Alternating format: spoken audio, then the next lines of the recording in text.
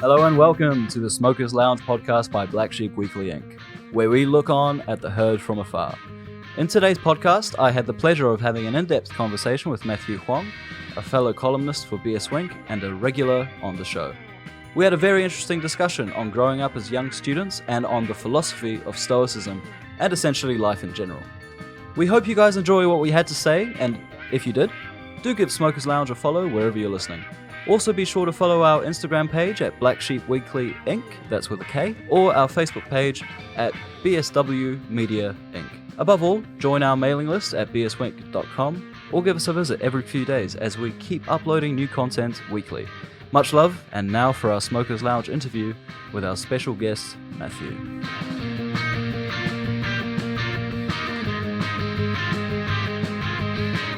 Hello and welcome once again to Smokers Lounge podcast, episode number 6. Today I'm really lucky to introduce one of our columnists, one of our writers for BSWink. You guys may have seen him on the website already with 2 articles on Brexit. This is Matthew Huang. Matthew, how are you, man? I'm good. Thanks for having me here. How are you feeling? I mean, this is like your first time. We've been trying to get you on pretty like a lot recently, but it's been a lot of stuff going on, I think, in our lives to organize this. But yeah, how are you feeling? I mean, to be honest, I'm feeling a little bit nervous, but I'm sure we'll get through it. It'll be good. For sure. I think it's important maybe to present yourself a little bit. So, what's the first thing you'd like people to know about you? Well, I'm from London. I've always lived in London. I'm still in London now. I go to UCL. 20 years old. I'm a British-born Chinese. My parents are from Shanghai. I love sport. I guess that's one of the things I always talk about. I've always played rugby in secondary school, and now I'm currently playing ice hockey with UCL Yetis. Ice hockey, wow. Yeah, I mean, it's a pretty niche sport, but it's pretty cool. How much of a change was that from going from rugby to ice hockey? That must have been pretty... A massive change. Yeah. There's a lot of technicalities to the sport that you wouldn't normally think about. So you got to learn how to skate really well. There's puck work involved with the stick, and all around it's a pretty difficult sport, but I really enjoy playing it. When it comes to sports, do you think that it plays a big role in your life? Definitely. I haven't always been sporty from a young age, but since I hit secondary school, rugby was my top priority. I didn't do that well academically in comparison to my classmates, so sport was always something I relied on to, keep me going. So now you go to UCL, University College London, is that right? Yeah. What are you studying there at the moment? I'm studying geography.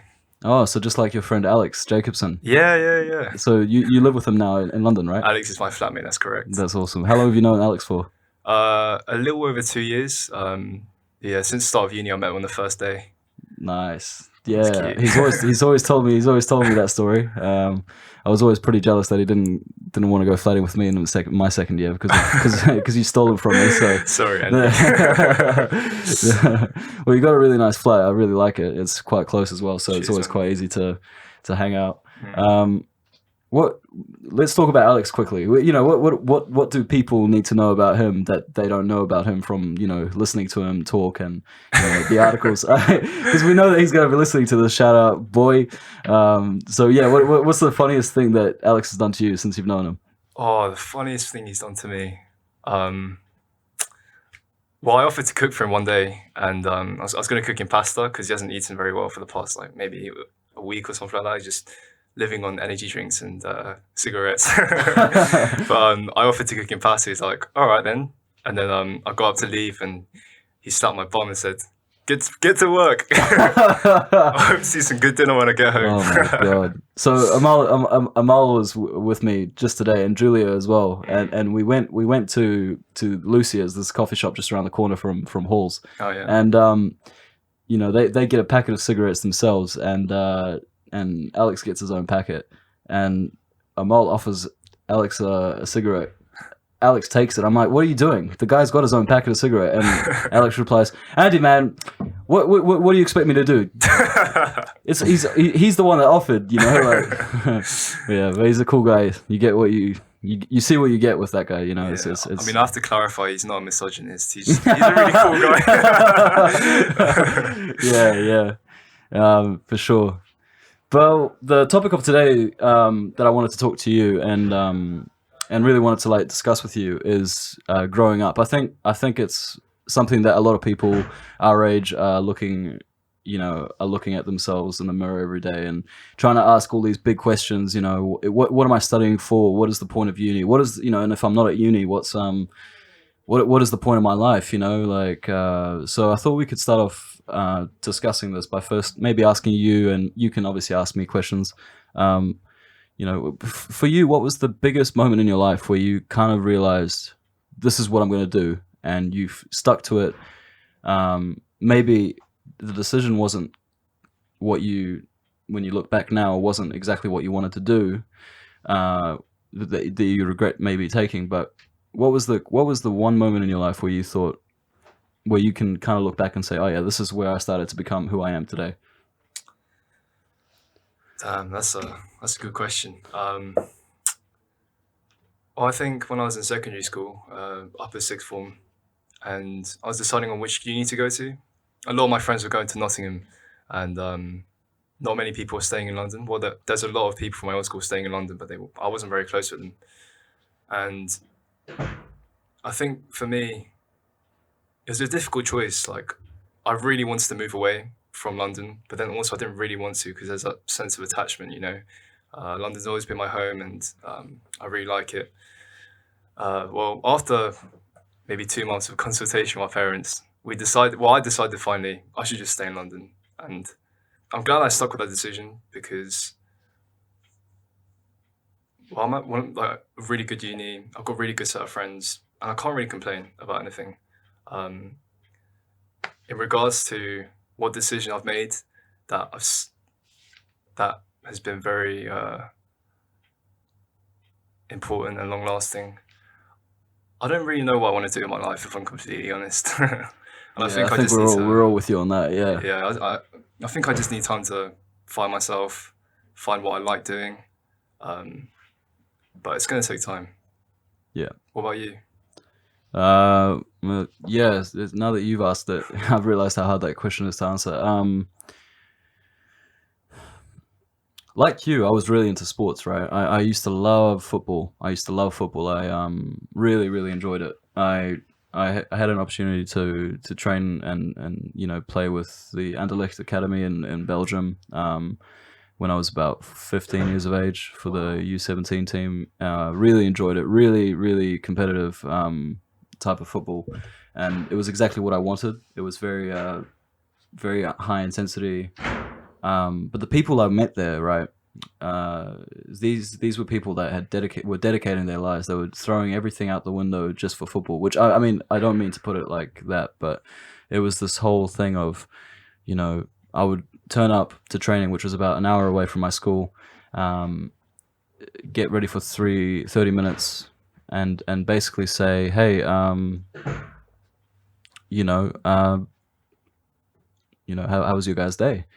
Oh yeah, man, it was good. I've been here since like 9 a.m., training in the gym, doing this, running here, doing extra training here, doing this, doing that. And it was like, wow, I've been at school all day. Yeah, it's non-stop. It was crazy. And that was like a big wake up call for me. I wasn't there for long. It was only about, like, I would say probably 5 months, 4 months. Okay.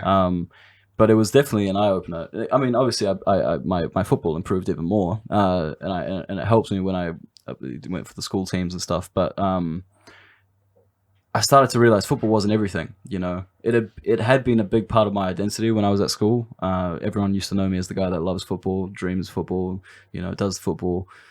It was literally football, football, football. It was football, then everything came second. I wasn't a bad student at school. Like, I always did pretty well, but I never worked as hard as I should have, looking back. But it was by chance, really. I'd always looked up to this one student in my school, and I had him on Facebook, and he had always been quite awesome to me because he was this intelligent, well articulate kind of guy, very smart. Everyone knew him as the smart guy, but he was always so like sociable and so cool, and Yeah. it was like, wow, here's a guy that's like basically a nerd, but everyone has given him like so much street cred. And I was like, wow, I'd love to do that as well. You know, I think education is so big. And I've always had that. I've always known that. My parents have always told me this, and my family's always been very big on education. But when I was about in year 6, I went through a phase where, education, I want to be in this school, I want to do this, I want to do this. Then football took over, and that became a big part of my life. And it was only when I started to think about this one guy that I looked up to that I started to think, oh, interesting, And then all of a sudden, I'm following him on Facebook, and he shares a link to the PPL, Politics, Philosophy and Law course at King's College London. And I was like, whoa, never heard of this uni. I'm about 16 at the time. And I look at that, I'm like, wow, look at that campus at Strand. That's really cool. I like that. Oh, this looks cool. I look up what he's studying. He's studying the PPL. And I was like, wow, that looks awesome. I want to go there. And since then, I've just dedicated my entire schooling life to get to there. So now that I'm here, it's again like, so now what, Yeah. But yeah, to answer your question, I think there were 2 moments. It was the football at that level, and it was also just seeing this other guy who led by example in a lot of ways. His name's Stefan Anderson, by the way. I don't know if he's ever going to hear this podcast, but I know his sister Maddie, who's a great girl, so she goes to King's as well. But yeah, those were moments where that stand out to me. Obviously, there are other little moments, but yeah, I guess that would probably be it. But would you say that education was always a big thing for you? Or was it, because I know you said sports was a big thing, became a big thing, but when did because UCL is a very good university. How the hell do you get into that uni if your grades were so bad, apparently? Well, my grades weren't too bad. It was just comparatively to like the rest of my standards, school. Right, okay, yeah. But education's been a massive part of my life. When I was younger, probably like 5 to 11, my parents pushed me a lot. As every Tiger Asian mum knows, they got to push their kids to the limit. But after maybe like year 7, I kind of just, my parents were a little bit more laxed, and I became a lot more focused on other things such as rugby. Computer games were a big part of my life as well. Sad to admit, but it's true. But it's been a big part of my life, and I'm kind of sick and tired of it now, to be honest. I'm 20.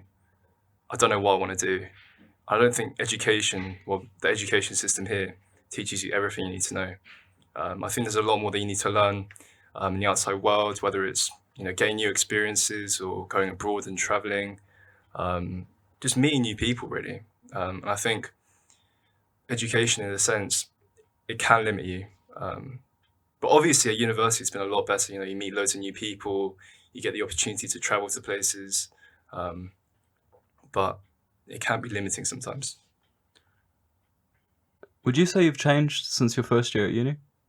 Absolutely. I've changed so much since coming out of high school.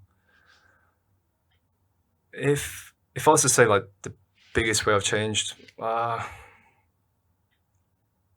don't know. Knowing myself a lot more, knowing what I want, not in terms of aspirations, but everyday situations. I used to be quite anxious. It's very difficult for me to communicate ideas effectively, give talks or whatnot. But now I can confidently, just talk to anyone. But it's been very difficult for me in the past. Why do you think that you've been able to overcome those difficulties that you used to have when you were younger? Obviously it's you may not be able to pinpoint certain moments, but yeah. On a whole, what helped you overcome them, or what forced you to overcome them? Meeting really good people. So Alex, for example, he's my best friend, and he's just one of those people who you can talk to anything about. I love having our little chill sessions in the yard, just sitting on the sofa and just talking about life. What's happening in our day. But it's nice because it's therapeutic, and it makes us, it just makes us realize like life's just life. Everyone has issues, and sometimes you just need to keep up and just carry on. Have you come to see your family differently since you've changed as a person, or are they still the same people that you left when you started university?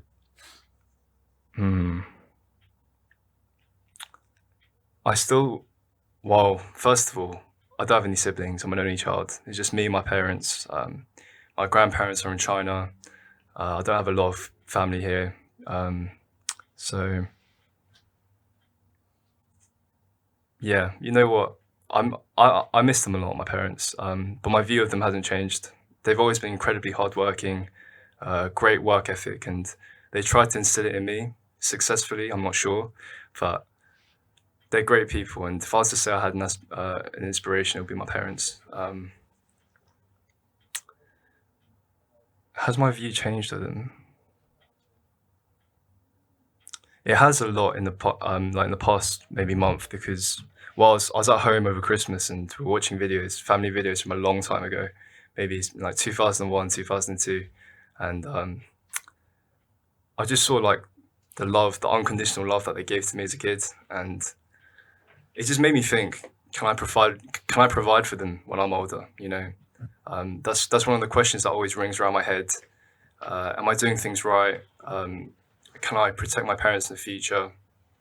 I hate that sort of uncertainty, but I hope one day I can get the stability and security that I need to, you know, look after my parents.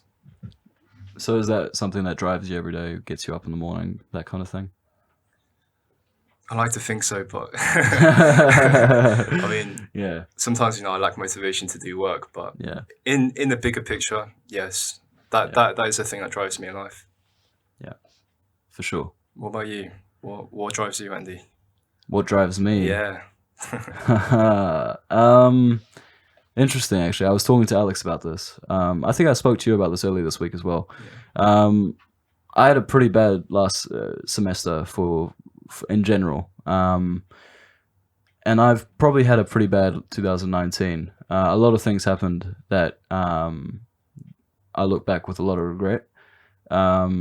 In terms of productivity, I'm one of those people that, believe it or not, everyone in the room and everyone listening, I don't like to procrastinate. I really don't like it. But it's very easy to do. You know, anyone can just sit around and do nothing. You know, and prefer to do that a lot of the time, especially when you know you've got to do work, right? But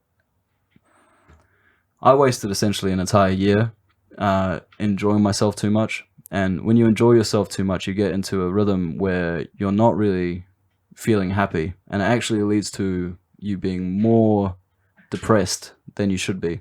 Even though you have all this freedom as being an independent young man, essentially, in an awesome city, you're still limited in what you really can do, because there's a difference between what you can do and what you should do, right? What you should do is be responsible, study, do well, look after yourself, eat well. But then what you want to do is you want to chill, you want to have fun with friends, you want to go out, you want to, you know, just relax, go to the pub, have coffee for like hours with your friends at the coffee place, go to bed whenever you want, wake up whenever you want, you know. And that's essentially, to sum up, my 2019. And I've never had a problem with determination and drive. What I've had a problem with is doing it independently. I've realized that a lot of what, you know, if you've come up from a pretty normal upbringing, which is your parents have been there, they've been there to tell you off when you've done something wrong, they've been there to tell you what you need to do to be a good person, all of that, is that you become very sheltered and you take that for granted. And then the moment you're let out in the world, you kind of realize, oh shit, this is really hard to go to bed at the right time. This is really hard to cook your own dinner, eat salad, yeah. you know, not drink alcohol every night, you know.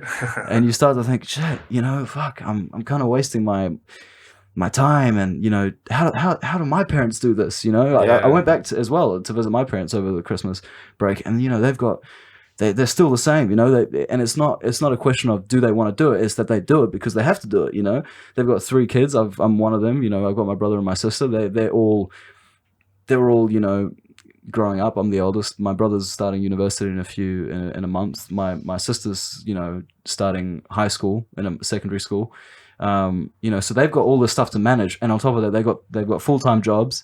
And then they've got a son overseas, you know, who they think is like doing really well, you know, and, you know, to them, maybe I am, but, you know, that's one thing I've learned and over the year is that you can lie to everyone, but you can't lie to yourself. You know, you're gonna So go. true. You know, like. Yeah. And so going back to your question about what motivates me, it's very simple. At the end of the day, it's, you know, do I want to have any regrets by the end of the day? Essentially, if I could narrow it down as best I can, which is, you know, can I go to bed tonight knowing that I did everything I should do, and you know, was I able to do them the way I wanted to get done? And obviously, you know, we slip off the track sometimes. You know, I've had days where, you know, I don't get what I needed to get done the way I wanted to get done, but you know, it's a step-by-step process. And since I've come back from New Zealand, actually, I've refound my focus. I think, you know, I remember you saying, yeah, it's crazy. And it really, all I realized was that, you know, you just got to start slow with these things, and you got to start small and slow. You know, for me, it was the sleep. That was the big problem. My sleeping pattern was all over the place. I'd be waking up at the wrong times, going to bed at the wrong times. And now that my sleeping pattern is fine, I'm finding that I have no reason to not get stuff done because I've got an entire day to live. Yeah. You know? So true. Well, when you're waking up at the wrong times, going to bed at the wrong times, you can blame your sleep pattern on not getting shit done, but actually it's because you've chosen to go to bed at the wrong time. But to put it simply, right? But yeah, to put it simply, it's to limit my regrets in life. I'm always going to have regrets. I think that's normal, and I think it's good. But I think when it comes down to it, it's about being your parent, being what your parents would want you to be, but be to yourself the parent that they were to you while you were growing up. You know what I mean? Yeah, I do. Do shit. But I mean, you raised some important points there. I think regrets, that's definitely part of growing up. You learn lessons, you make a lot of mistakes.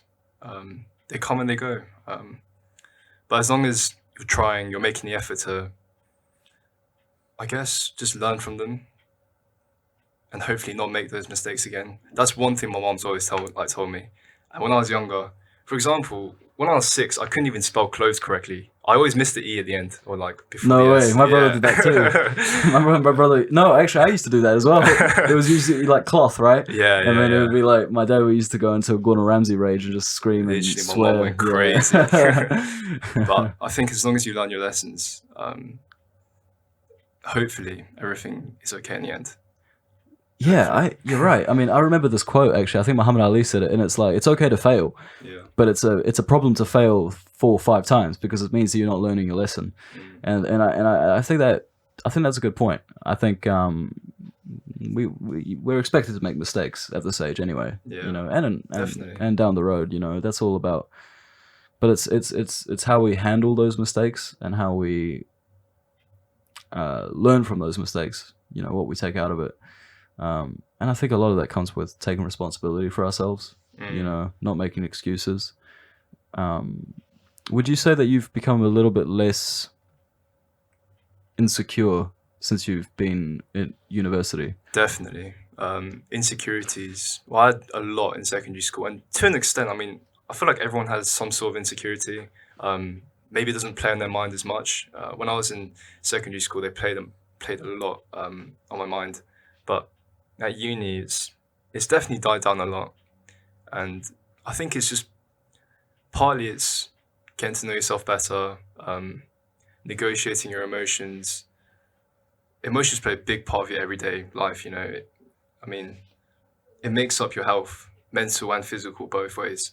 So controlling them definitely helps a lot.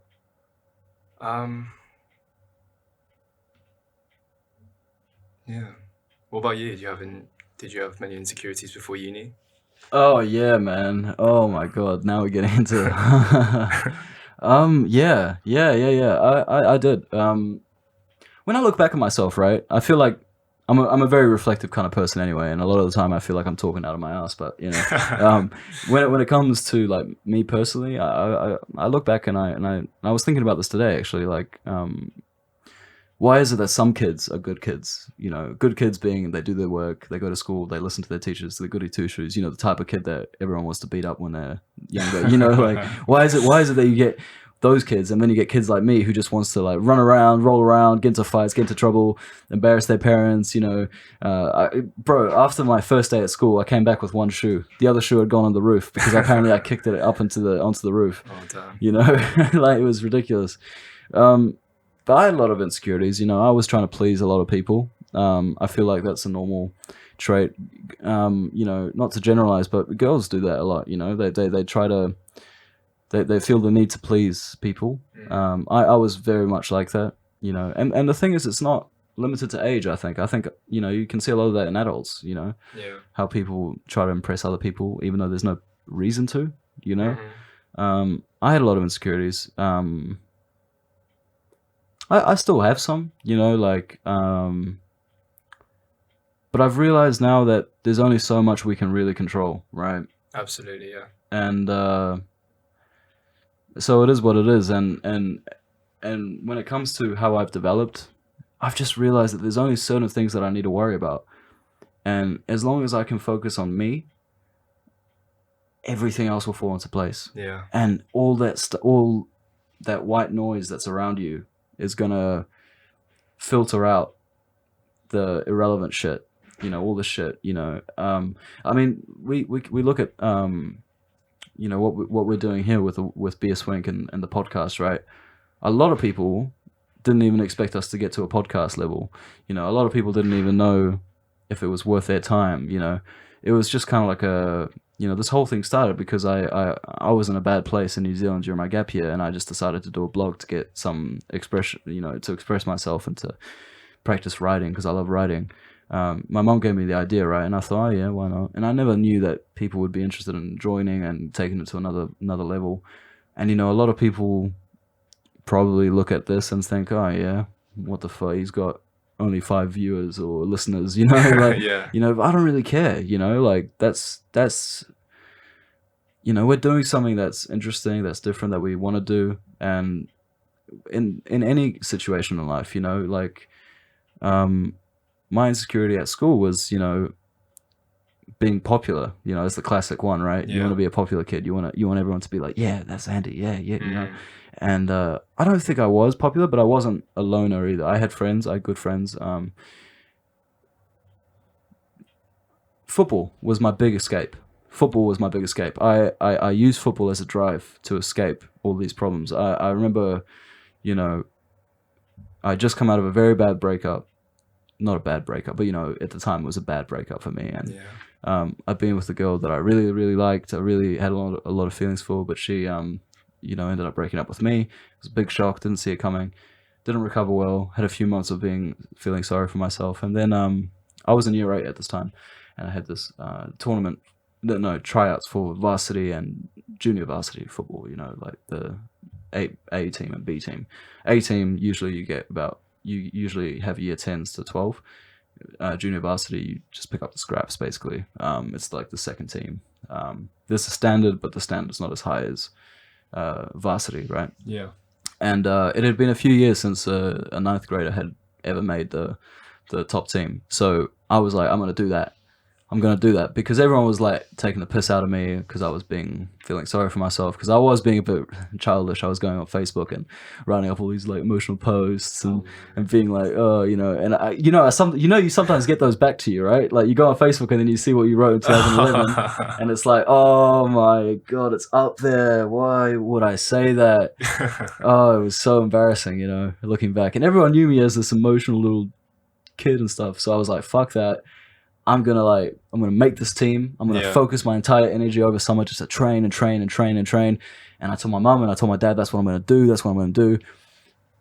My dad had no doubt. My dad always believed in the football side of things because he always envied me in a way. He'd always think I wasn't working hard enough. He'd be like, if I had half your talent and half your skill, I'd be out there every day kicking ass. Because I never really trained as much as I should have, to be honest.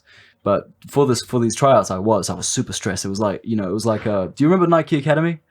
It was like this on YouTube. It was like this big like show where you got like all these recruits from all over the world that Nike hosted like these tryouts for. No, I've never seen it. Everyone like would compete in their country, in their city, then in their country, and then at an international level, and it would filter out to get a spot at the Nike Academy, which was where you could have amazing links to all these professional clubs and you could get a contract.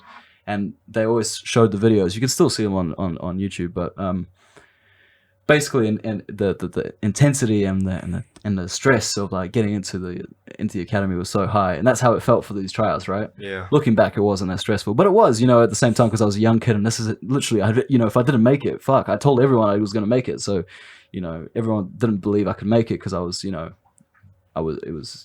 you make it? I did. Oh my god. That was awesome. That was one of the coolest moments of my life. I had a terrible season though, but it was awesome. It was awesome. I was on the bench a lot of the time. But you see, like, that was the thing. It was like, but I look back on that, right? And that was my way of handling my insecurity, but it wasn't really addressing it. I was doing it in a way to impress people, right? Yeah. So it was like, okay. You know what I have to do to get these guys back on my side is to do something amazing, and then they'll be my friends, kind of thing. It wasn't, I'm going to do this for me because it's me that defines my destiny kind of shit. No, it was just, I really want to be part of this team, but I also think it'd be really cool because I can be that guy that I always want to be, which is, Yeah, I can kind of relate to that. I feel like rugby it's part of my identity, really. I used as a way of saying, yeah, I'm not the smartest here, but at least I'm good at something, Yeah, right. Literally. Right. Oh my god, it was amazing. And also the bonding, right? Like, there's nothing like a team sport. Honestly, right? Team sports are the best. It's incredible, like the bond that you guys have. Like, there's those moments, those games where it's like you're just standing up for each other. There's like a bit of a scuffle, a scrap or something. Yeah, right. And it's like you get friends like that stay with you. Like, do you stay in touch with your friends from rugby days? Not really, I'll be honest, but I mean, it happens, everyone moves around. A lot of people from my old school went to all around the country, all over the world even. Some people went to Harvard, Stanford. Wow. What school was this? QE Boys. It's in North London. Okay. I don't know if you heard of it before. No.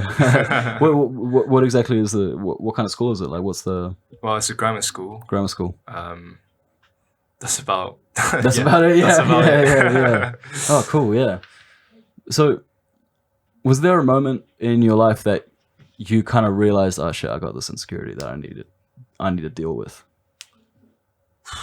Or was it kind of like a build up to, a realization? I don't know. Like, how would you say? I feel like I was really insecure about my body image in year 9. So I started running a lot. I started running every single day, started doing high intensity workouts at home. I just love going gym I love going gym. I love doing sports. And in a way that it didn't really resolve the issue because I feel like, it carried on for a few more years. But yeah, I mean, it's not a sensible way to deal with it, I don't think. Or to be honest, I'm no expert. I don't know how to deal with it, But yeah, to go to the gym like a maniac, I think is not the best way to deal with your issues. And that goes for a lot of things. I can't give you another example, but yeah. I mean, that's a good point. I mean, don't you think? I've always thought this anyway. I was telling my brother this when I was back in New Zealand. When you get like those big bodybuilders, massive arms, massive legs, ripped as fuck, 0% body fat. I feel like they're more insecure than the average person. Absolutely, because they're going about it in a way that says, hey, look at me, right? Aren't I special? Yeah. They're giving a lot of shit to their image so that they can get some like a pat on the back, or they can get like people saying, oh my god, did you see that guy? And it boosts their ego, which is ironically feeding into the insecurity of their self-importance. Don't you think? Absolutely, yeah, definitely. Like, that's one of the things I realized, because I'm like, when you were younger, did you feel like you were chubby or something, or? Yeah, well, when I was younger in primary school, all I'd do is go home, drink milk, and eat a packet of biscuits. I watch Robert Henry on TV. That was a good life. That is a good life. That's a good life. No rent to pay. Nothing. No worries in the world. Yeah. Just chilling. But No stress about dissertation. Yeah. I want to bring in stoicism, the philosophy of stoicism, into the conversation now. Okay. Because I think we're talking a lot about growing up in a way that crosses over with stoicism. So, firstly, do you know what stoicism is? No. Stoicism basically is this philosophy it started in ancient Greece in Cyprus by a philosopher. I forgot his name. And essentially it's been going on for years, and a lot of the messaging behind it is very familiar to you, for sure. So essentially with Stoicism, you have the external and the internal. The external is what occurs whether you like it or not. The internal is what you do, So to put it simply, you've got an appointment tomorrow at the doctor's, and it's an appointment you have to go to. Now, whether you like it or not, you have to go. Nothing that happens externally is going to change that. It could rain. It could be that you have a headache. It could be that you have a fight with your wife, your sister, your kid, your mum, your dad, but you still have that appointment to make. Stoicism is recognizing that there is only a certain amount of things that you can control, and how all this external stuff is irrelevant to what you have to do.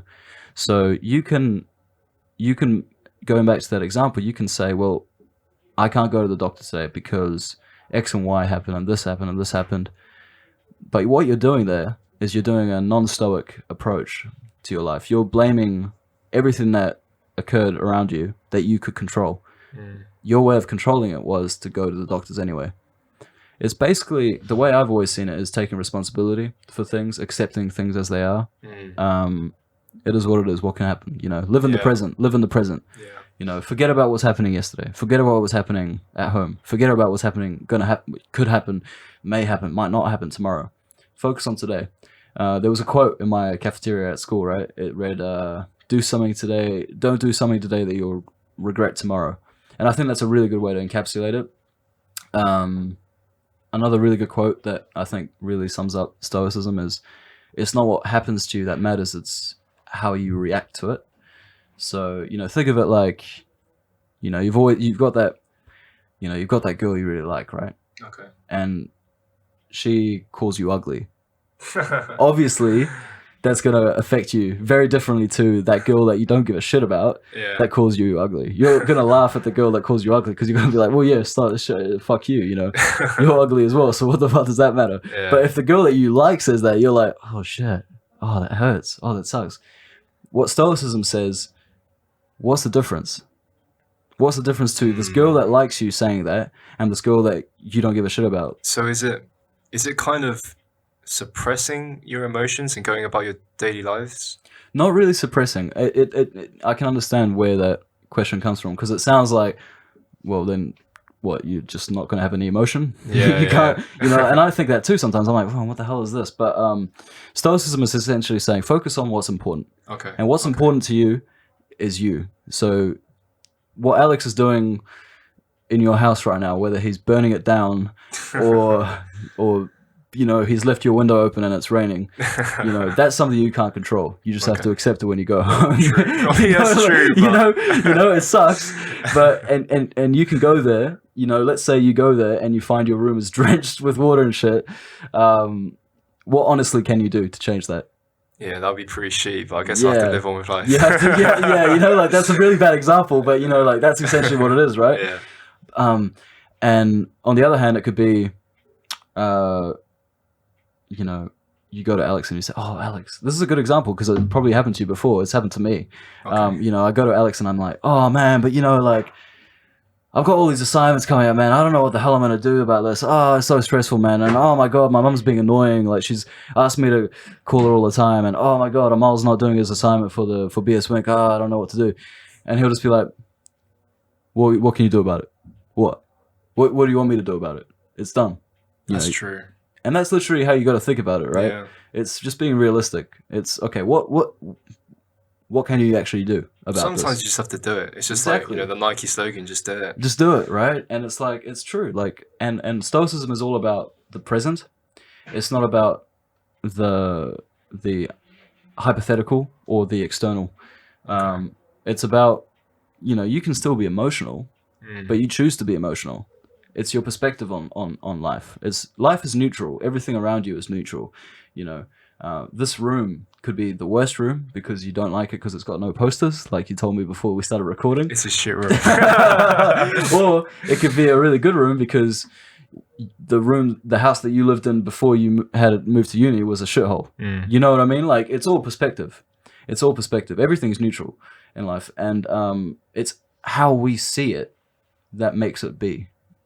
I mean, I guess that'll be like an ideal way of going about life, but I mean, it's pretty difficult. Like, when hard things happen, like for me, I always like to recuperate. I chill at home for a little bit, think to myself, reflect on what's going on.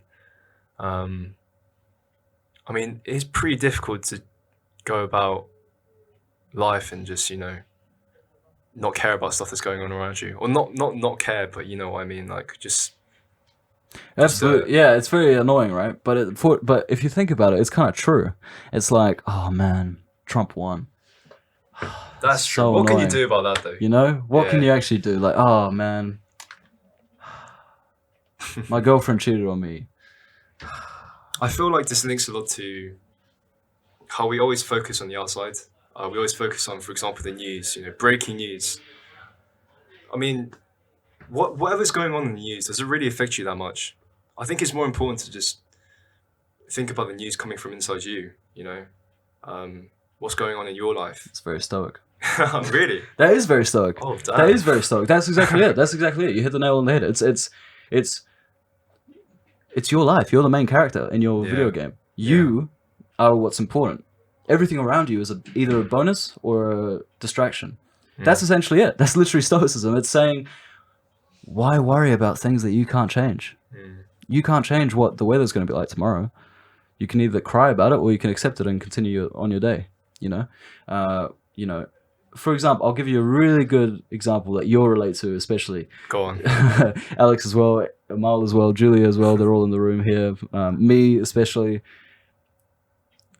So it'll be like this. It'll be you and me, or Amal and you, or whoever.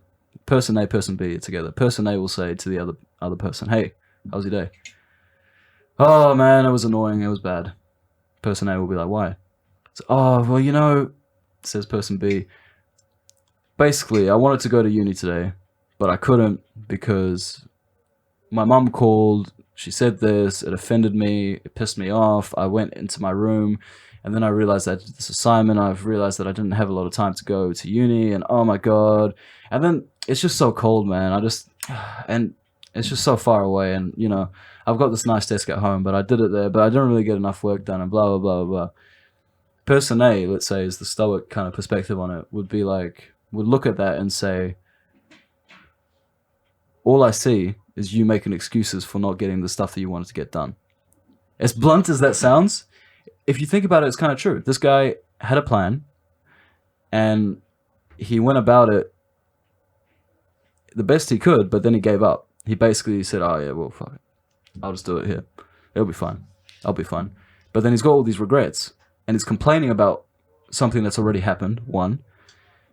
He's complaining about things that he could have decided to ignore and just continue on the job that he had to do. And three, he, again, is just complaining about things that he can't control. He's complaining about the past. That's already happened. That's external. That's done. B, he's complaining about things that he could have changed, which was, okay, his mum offended him. He could have sighed and then continued on his day to the library. Or he could have had a quick talk with one of his friends to boost his energy for the day and explain it to him and then go on his day. Instead, he's making up all these excuses about everything that happened around him, or her, to justify why they didn't get it done. A stoic perspective would be something along the lines of this.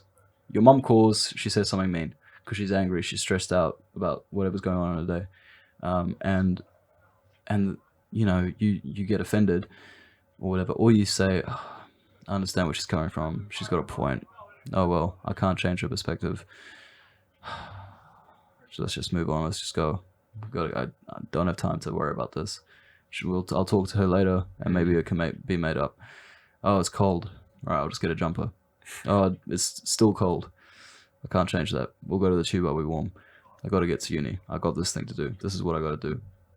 It's controlling. It's at the end of the day, it's doing what is important to you. Yeah. And if it doesn't work out, just accept it, you know. So in that case, it would be like, oh, it wasn't a good day, man. I just didn't get what I needed to get done, and it's because of me. It's not because your mum called, this happened, that happened. It's just literally because It is what it is. you used it as an excuse to not get it done. But at the same time, it's, as you said, it is what it is. What can you do now? So tell me, Andy, how comes you brought stoicism up in relation to growing up? Right. So, long story short, I did a gap year in New Zealand, and at the first few months it was awesome. It was really cool. Was what I wanted to do. I said, you know, I always wanted to take a year off after school, take a break from school and all that before I could go to uni. I'd been accepted into King's already. They deferred it a year so I could go there. So I was like, all right, cool. I'll go back to New Zealand. Now, I haven't lived in New Zealand since I was at this point, which is 2017. I hadn't lived there since 2009. So it had been a long time since I'd lived there. So I went back expecting something, and it was totally different. It was like, first it was like, oh my God, I'm back. Now what? Oh shit. Wow. No one cares about me. You know, it's like you get the welcoming party, and then it's all right, see you later. Have a good day. And I was like, wow, this is okay. What now? What do I do? I mean, school, football, that was my life. Now it's done. And then I started to do a bit of research to try and discuss. I started the blog, and I started to get myself together, and I realized, and I wanted to try and find something that could kind of keep me inspired, and I stumbled across stoicism through a Conor McGregor video. Really? Yeah. If you think about it, Conor McGregor actually has a lot of principles that you can tie to stoicism. Go for it. He ignores what people say about him. Just focus on what he has to do. He can't control how people think about him. He just gets the job done. He lets his actions speak louder than what his words say. He is so sure of himself because he knows himself, because he loves himself, because he looks after himself. What you say to him doesn't offend him because he chooses to because he knows deep down that he's better than you, you know. And he doesn't make excuses when he loses. You know, when he lost to Nate Diaz, to a rear naked choke in their first fight, he said he shook the guy's hand and he said, "The better man won tonight. I'll be back. Don't worry about that." And he was back. He did come back because he worked, because he knew that everyone was going to hate on him, but he just got the job done. Yeah. That's a very stoic personality trait, and I really liked that. So I started to realize either you can sit here and cry and wait until uni starts for you in London, or you can start doing something with your life. Because at the end of the day, no one really understands what you're going through. Yeah. They can be nice, they can be supportive, but at the end of the day, you're the one that dictates how you feel. It's true, yeah. Yeah, it's just the truth, you know? Like, and so I started to realize that's what maturity is, really. It's taking responsibility. And stoicism for me makes a lot of sense because the principles that it espouses essentially is exactly how to approach certain circumstances which require taking responsibility, if that makes sense. So based off what I've just said, do you think that there's anything that could be connected to your life or how you see things? Or does it still kind of like, are you still a bit unsure? No, I think it applies definitely. I think maybe another good way of looking at it is, I think everyone just needs to be a little bit more grounded and just realize how insignificant we are, you know, in our massive cosmos. How important do you think like a small, insignificant incident really is? Exactly. And us as humans, like, we're really not that amazing, if I'm being completely honest. I mean, we are, but we're really not that special, you know. I get that, yeah. Have you seen the 24-hour clock of species? No, I haven't. Oh, that's cool. You should check that out because basically it's an image of a 24-hour clock, and it has like along the hour marks, and between the hours on the clock is how long a species civilization has lived. Oh. Dinosaurs about 3 hours. Yeah. You know, all the other ones, I forget the names now. Crustacean period, all of that. You know, you can see how long they lasted. Damn. What was the longest? You want to know how long the humans have been on that? Were on that clock? How long? 2 minutes. I'm not surprised. We've only been around for like what? What is it about? 5,000 years? Sure. 5,000 years. Yeah. dinosaurs were living on this earth for like 300 million or something, wasn't it? Yeah. Yeah, sure. 250 million, let's just say 100 million. That's still like, we're still so far away from that. Yeah. And so you're right, we are insignificant. And Stoicism, bringing it back there, you know what they say? They actually bring that point in. They say, whenever you're in a problem, whenever you're in a situation where everything seems hopeless, look at yourself and your situation in the third person and look at everywhere else that's happening in the world and think, am I actually in trouble? Yeah. And you'll find, no. Well, your problem is that a girl doesn't like you. Mate, there are kids out there that have like, at our age that are like dying in Syria and you're complaining, like everything could be so much more worse. And you're right. Life is insignificant. It's what you make of it, I think. Yeah. And again, I think the problem is as well, we're raised in a certain way. Our parents don't want us to suffer when we're growing up. They don't want us to feel the pain that they've been through, so they make sure that we don't do this, we don't do that. We don't do this, we don't do that. But eventually we have to leave the house, right? And we explore for ourselves what's out there. Yeah. Right? What was the first thing you did that you can say on the podcast that you did when you left home? That you think was like something that your parents would never have wanted you to do? Oh man.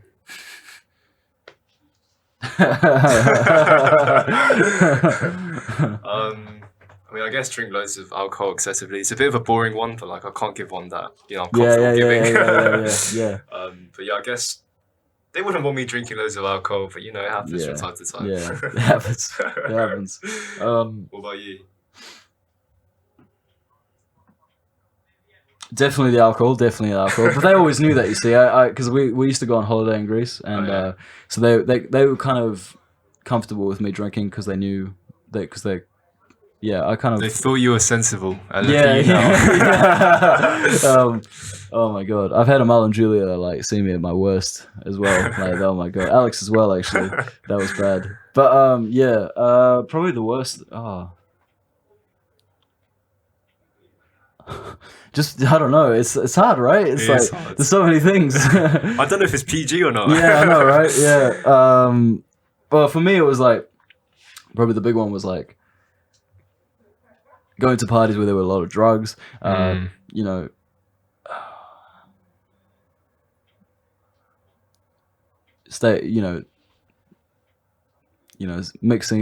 in with the ladies, all that.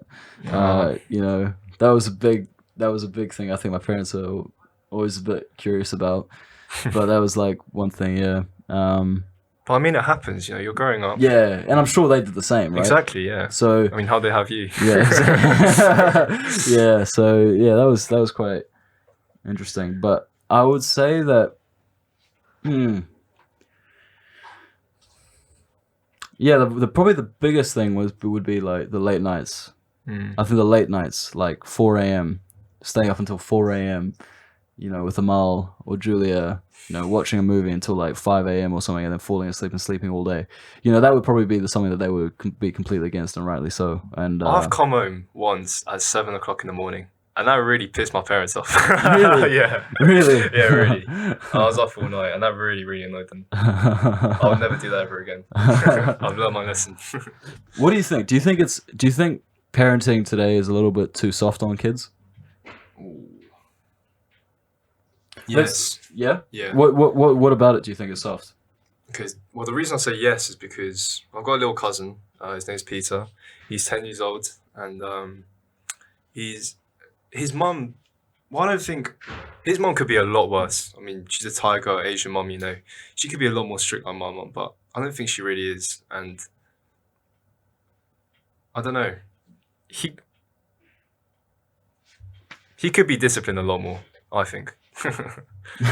Yeah, right? Oh my god. In the sense, like, yeah, you can't really hit kids now. My mum did that to me all the time back in the day, with spatulas, bamboo sticks, you name it. Bamboo sticks. Oh, it happens, man. They threatened me, I'm telling you. But yeah. No, I think, like, I'm not against... Okay, this is a hard one, right? This is a hard one, yeah. Kids need to be punished when they need to be punished, up to a certain age. I think up to a certain age it's okay, because I think they need to, there needs to be a sense of fear in a kid to keep them on the right track. I think it needs to be done with the right intentions, right? Yeah. My parents did it, I think, the best they could, which was to give me enough freedom to do what I wanted, but to make sure that I was doing what I needed to do. And if at times, you know, when I was little, it would be slaps, whacks, all of that. But it was for the right reasons, and you could tell what they were, you know, that they were good people, and they just wanted me to be a good person as well, and not be irresponsible. And so, I think one of the problems with today, why a lot of people get so easily depressed, is because, like we were talking about, who the hell are we? Yeah. Life is so significant. What's the point of us? Because we're a very educated generation, I think, right? A lot of, you know, maybe your parents, my parents' generation, people didn't really have to think about that because the information that was out there was quite limited. It was, you had to go to the bookstore, you had to read it. Now it's everywhere. You go Google it, it's there. You can look up, oh, why am I depressed? How do I stop being depressed? Reddit forums give you all these amazing detailed descriptions of how to like solve it. Watch a video. Oh, how do I get out of a rut in 7 days? You know, like all these amazing tips and stuff. But at the same time, this information overload has made us depressed as well, because it's like, Definitely. where the hell do we start? And I think the big thing is for people to find meaning, and I think it's because their upbringing has been so sheltered, not sheltered, but you know, it done correctly, right? Yeah. They've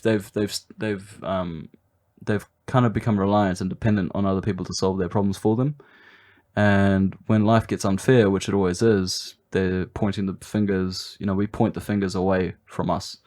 We blame the government for not supporting students more. We blame the government for, you know, prices being too high. We blame the university for not looking after us better. We blame the accommodation here for not providing us with better rooms. We blame our friends. We blame everyone but us, you know. Yeah. And there comes a time where, as people, as young people, we've got to start saying, hey, well, you know, it's our fault. We chose to do what we chose to do, and now we're complaining because it's not perfect.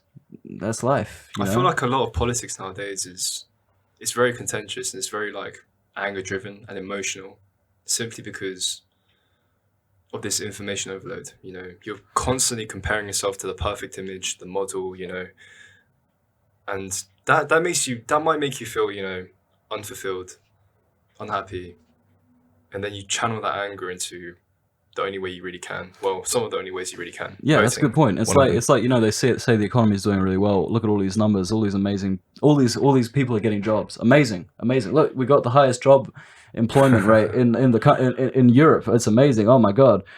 But then so you're telling all the unemployed kids in London, Manchester, Liverpool that they're useless because they're not in that rating. They're not employed. So fuck, you know, we're the dumb ones. We're the idiots. Oh fuck, I'm useless. So you're right. It's like this information overload. There's two ways you look at it. It's like, oh, on the one hand, we're doing really well, but then it's like, really? I mean, people need help, but at the same time, there needs to be a sense of responsibility that comes back. Life is unfair, and that's part of it. That's part of what makes it awesome at the same time. Honestly, life is so unfair. You know? I can imagine 10 million places worse than like the UK. Yeah. So yeah, it is, right? Circumstance. I mean, imagine if your parents or my parents didn't choose the life they chose. I probably wouldn't be. I wouldn't be here. Yeah. Same with you. You know, like imagine honestly, my parents came from the farm. The Cultural Revolution. Wow. Like when Mao was taking over the country. Wow. So yeah, I don't really like China. I'm sure you can tell, but yeah, my parents came from a really, really like poor background, and somehow they made it here. That's crazy. And the thing is, they didn't even meet in China. They met here as well. Really? So I'm like the luckiest guy to be alive right now. Wow. Honestly. That's so cool. When did they meet each other? Probably 94, 93 maybe. Wow, that's so cool. Oh, yeah. They met at a takeaway shop. Really? Yeah, my dad was a customer, my mum was serving, and my dad didn't know any like English, so he was just talking in Chinese. And my mum was like, "Oh, you speak Chinese as well?" And then that's how they got together. That's so cool. That's so cool. Yeah. But you see, they're people that probably would understand where I'm coming from when I say, like, you know, the good times are made good by experiencing hardship, right? Yeah. They probably went through hell to get to where they are, you know. Maybe they don't see it like that, but compared to other people, you know, whose parents, you know, just met at school and in the same country and got a decent job and this and that, and you know, kids, you have kids, and you know, got a everything's nice fine. house, yeah. But instead, it's like they're probably not that satisfied with their lives either, because they've done something so simple and so straightforward, and it's all worked out completely, which sounds great. But then it's like there comes a certain point where it's like, shit, I'm 50 now. Yeah. What have I done with my life? No one's gonna remember me. No one. You know? Imagine that. Imagine getting to that age and just being like, oh my god, what now? Okay, here's a question. Yeah. When you die, what would you want on your gravestone to be said of you? If you want anything to be said. Wow, that's a very good question. Can I give my answer first, and you can think? Yeah, of yours? please give me your answer. Yeah. I don't want anything said on mine. Just my name and the day I died, and the day I was born. I think that's about it. I don't think there needs to be anything else. That's very interesting. Yeah, that's a very good point. I don't know. I really don't know. I'd like. I mean, we're only 20, so Yeah. I'd love to say nothing either as well. But then it's like, I feel like I want to be at the point in my life when I pass away where I don't need to say what I want on my gravestone. The people that knew me I like that. Yeah. would be able to say it, if that makes sense. That does make sense. You know, I was talking to Amal about this the other day. When it comes to certain things, how do you look at it? You know, how do you look at people and how they commit to something? Let's say, are you okay with just getting by? You know, when you're at uni, or is there? Did you go to uni with a sense of like a goal, a target that you wanted to hit, or was it just kind of like, oh, I'm happy to be here. You know, I'll enjoy it, just get through, and you know. I think it's a seasonal thing, honestly. When I start the year, I always start poorly. You know, I go out, I have fun, chill all the time, do no work. Yeah. But then when the time comes, and I feel like I'm in that moment now. You know, I'm very stressed out. But you know, I've got dissertation, I've got 3 modules of coursework to do, exams in summer. I mean, it's a lot. But man, yeah, it's a lot. What about you? So, I was talking to Amal about this, right? I'm a very structured person, and I've always found it so weird to me when I look at people around me that clearly have talents, but do something for the sake of doing it rather than doing it because A, they want to do it, or do it to the best of their ability, right? Like, bro, I'm anal about this shit. Let me tell you, I have a list I wrote down at the beginning of my time at the end of my first year that recorded my overall grade, and then I wrote down for year 2 and year 3 what I wanted to get for year 2 and year 3, and then I was like, okay, now when I get that, not if, now when I get that grade for year 3, what masters do I do? Do I do this one? Do I do that one? Okay, I'll do that one. And then I just wrote next to them firsts. So for me, it was like, okay, I want this, I want that. And it's like, because I've always looked at it like this, right? What separates the chef at the uni cafe, let's say, right? And Gordon Ramsay? Or this is actually a question that came into my mind when I watched the Confederations Football Cup. But it's basically a tournament where they have like all these big teams. All the champions of each region in the world face off against each other. It's like a champions of champions kind of tournament in football. Okay. Spain played Tahiti, right? Tahiti. Have you ever heard of that country? No. Yeah, you're a geographer. You should you probably know this, man. No, I'm kidding. Tahiti is like a little island in the Pacific. It's like it used to be a French colony. Okay. Mate, these guys, right? They went in there. They beat fucking New Zealand, my country. That's how bad we were that time. Like, I mean, we lost to this team of like, from a country of like, I don't know, 25,000 people. I think it's like ridiculous how we lost to them. These guys go and they play Spain, and I was sitting there and I was watching the game and I was like, both teams are human, but one team is so much better than the other team. Why? And I'm like, why would you be on the team that's so bad? What have you done in your life to get to that point where you're getting your ass kicked in television?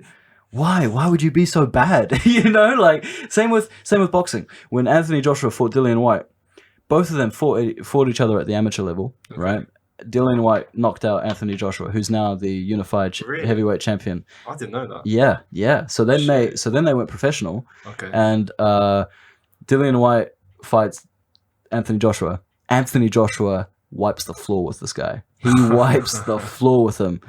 And I was like, why is this guy so shit?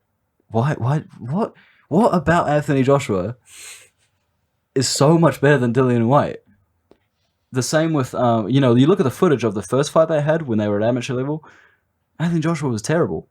He was so bad. But then on the second fight, he completely wipes the floor with Dillian White. And it's like, why? Why would you be bad at something when you can be the best at something, you know?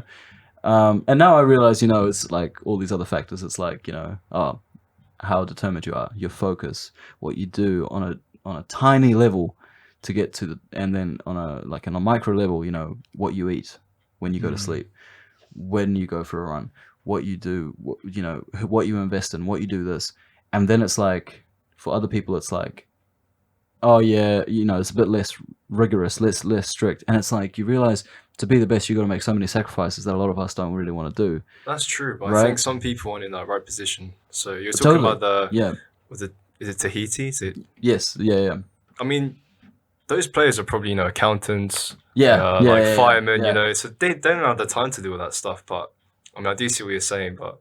No, exactly. It's like, I really simplified this kind of whole thing, right? Obviously, the Spanish players have had an entire life of playing football at the best academies in the world and played with the best players in the world their entire life. Well, the Tahiti players, as you said, are like accountants, part-time footballers, and, that just played it because they love the game. And it's like a totally different level to like World Cup champions, But at the same time, I'm always kind of confused. I'm like, oh, wow. I never want to do something that I can't do to the best of my ability. And so whenever I get an assignment in that I know I could have done better on, I'm furious with myself. And I only hold myself to blame. Like, oh my God, man. Yeah. That's the one thing I've come away with this whole growing up process. Because, I don't think I've grown up yet. I definitely think I've made a huge improvement to when I was in first year. But it's like also, it's the fact that lie to anyone. Do that. But you go to bed. You can't lie to anyone. Yeah, that's true. We're just still thinking about... Because you lied. Yeah. You can lie about, oh yeah, I got a 71 on my assignment, bro. Yeah. Whoa, nice work, bro. Yeah, wow, well done. You go to bed, you got a 62. Who would lie about that, though? I know, right? And it's like, why? Why? Just... why? Yeah, right? Like, why would you lie? Yeah. There was there's this girl, right? That we know. And she goes to she said, no, I go to LSE, I go to LSE. She doesn't go to LSE. Where'd she go? She goes to London Met. What? Why would you lie about that? Yeah, honestly. Now it makes you look even worse. Yeah. Now we can't believe a word you say. It's literally that, like if we got another friend. This guy is the biggest excuse maker you'll ever meet.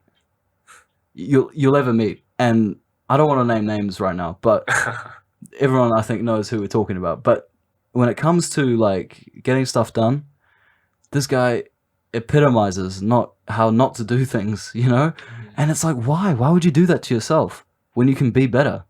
Why not find some motivation? Stop making excuses.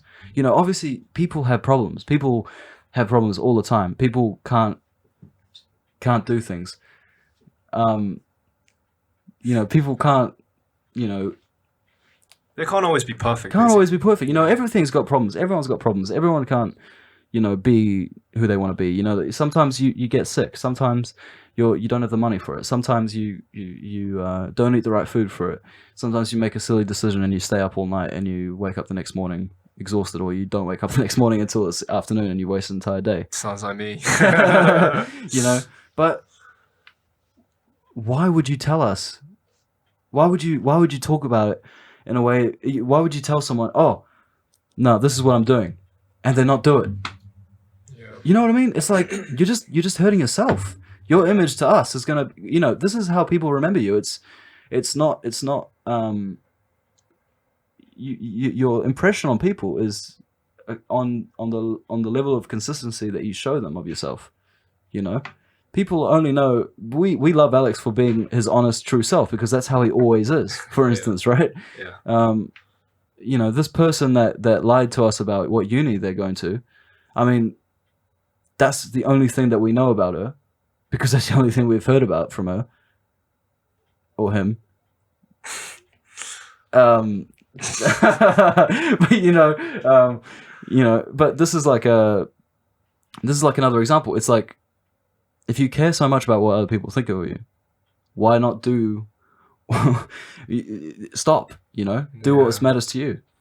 Well, I think like in relation to the information overload you're talking about, it's all about being the perfect person, No one's perfect, honestly. And no one is perfect. Exactly, and that's what people forget. I'm not perfect. You're not perfect. Look at Instagram. Look at Instagram. You go on Instagram. Literally. You see like, oh, the perfect model. Look at this guy. Oh, perfect hair, perfect skin, amazing clothes. God, this guy's. Oh wow, I don't want to go to the gym now because there are going to be a million of them. Oh, not for me. And it's like, why are you worried to go because they look good? Just go there for you. Yeah. Forget about what people think. In fact, people are going to respect you because, wow, this guy's doing something that I probably wouldn't do. Respect. Oh shit, this guy's doing something that I want to do but didn't have the guts to do. Respect. Or it'll be, fuck this guy, he's successful and I'm not. Like you get that. Have you ever had that? Have you ever experienced like someone being like pissed off because you did better than them? Not that I know of, but I know I've been pissed off at people because they've been successful. Yeah, but right. I mean, it happens. It's normal. It's normal. It's jealousy. It's human emotion. Exactly. You can't get rid of it. Exactly. I mean, yeah, it happens. What's helped me with jealousy part of it, I've always found is like turn it into inspiration. Right? It's like the jealousy of, so the type of jealousy I'm talking about is what you're talking about, which is like, oh, I'm jealous that this guy's better than me. Yeah. The inspiration is, wow, if this guy can be that good, then I can be that good and I can be better. It's true. You know what I mean? It's just always about perspective. It's again this whole thing, like, Sorry, you were saying about. I mean, I think we just need to think about it like, life is a path. Some people have a shortcut getting there. Some people have it a little bit easier. Yeah. But I mean, if you have dreams, if you have aspirations, which by the way is really important as well, hopefully one day you can make it. And it's just about chasing that dream, really. Exactly. And I think I'm no way near there, by the way. Like, I'm not talking like a guru, by the way. No. I've got dreams and aspirations of my own. I don't even know what some of them are, to be fair. I just have an ideal that I want to reach someday. Yes. One day, you know. But I think the best thing to end on is essentially, and I want to know your opinion on this as well, is to just forget about everything else. Focus on you. Focus on what you got to do today. Focus on what you got to do in the moment. And from there, everything will fall into place. But there's a saying, I think, Jordan Peterson, of all fucking people, I don't like the guy, but Jordan Peterson always said, make your bed. Because at least you're sort of, your room is a reflection of your state, something like that, right? I think it makes sense, do what's necessary for you to be the best, and for you to do what's necessary is to do something simple in the moment, keep it simple, and build up to something big. If you don't have the basics right, it's like in rugby, right? Going back to sports, you guys were probably always doing these basic drills all the time, right? Because you needed that if you wanted to be a good team. If you don't have the basics right, you can't do everything else. And I think that's the main thing that I've learned actually, is that you can't expect to be where you want to be if you don't have all the simple things nailed down, right? What do you think? Well, first of all, nice bed. And second of all, I completely agree. It's all about building blocks. It's literally like Lego. If you're gonna build a house, like, you're gonna have every single like layer, everything has to be right. I mean, it's difficult, Yeah. But just take small baby steps and hopefully you can get there. I mean, it's on my dissertation. I mean, I'm not a great example because I've only done like 1,000 words out of 12,000, but take it bit by bit and eventually you'll get there. And I'm doing that now. Literally just taking it day by day. Yeah. And I think that's the best way. That's the way to live, really. It's, do you know, I highly doubt you know this cartoon. Do you know the Peanuts cartoon from the newspapers with the dog and the bald boy? No. Basically, there's this one thing where it's like the dog and the boy are sitting and they're looking into the distance at the sunset, and it says the dog said no. Yeah, the boy says, I think, you know, one day we're gonna die, Snoopy, and the dog replies, yeah, but every other day we're gonna live. That hit me so hard, and I think that's the best thing we can say right now. It's that, you know, rather than stress about what we don't know or what's happened, focus on now. Focus on what we got to do. That's so true. Right? Yeah. That makes so much sense. Fuck the future. Yeah. There's never a future. It's always now. It's only now. Honestly, you can make it now, you can't make your future. Absolutely. And you can make your future better by performing well now. Exactly. And use everything in the past that has happened to you now as a motivation, and everything will be all right. Yeah. Well, I think we can end it on that. Matthew, it's been a